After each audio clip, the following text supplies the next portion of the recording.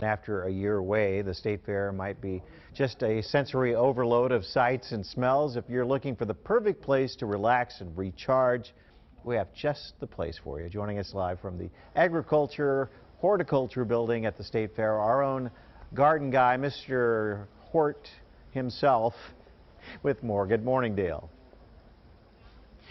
Good morning, Tom.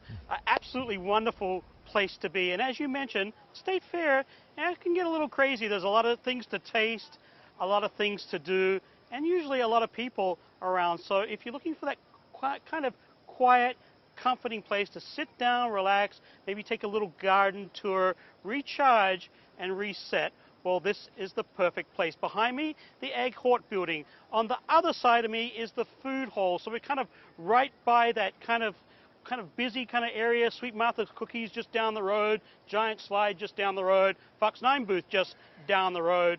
And look at all these wonderful flowers that you can get to kind of meander through. Joining me this morning is Marla Davenport. She's with the Minnesota Water Garden Society. That's where we are. Tell me a little bit about the garden this year. You got some new changes as well. Well, first of all, welcome to our beautiful garden. It has changed. We change a little bit every year. The garden was built 20 years ago. This is our 20th anniversary, excuse me, of being at the fair. And we have, of course, our pond is our star of our show.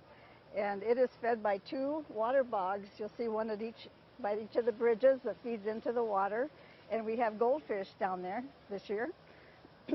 And right by the pond, we have a traditional plant we call Uncle Fogey. He's a jack pine that grows in many weird directions. It's kind of contorted. It's got a lot of different directions to it. Right. A free spirit in the, exactly. in the horticultural So world. we have a person in our Water Garden Society who does lots of trimming of plants, and he's been training it to go certain directions. So we're kind of proud of Uncle Fogey. We also have some new things.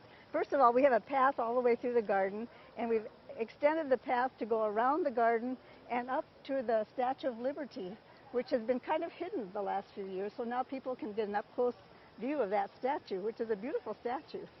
Now there's a new bridge here, which is kind of a new feature. Right. Nice little walkway bridge.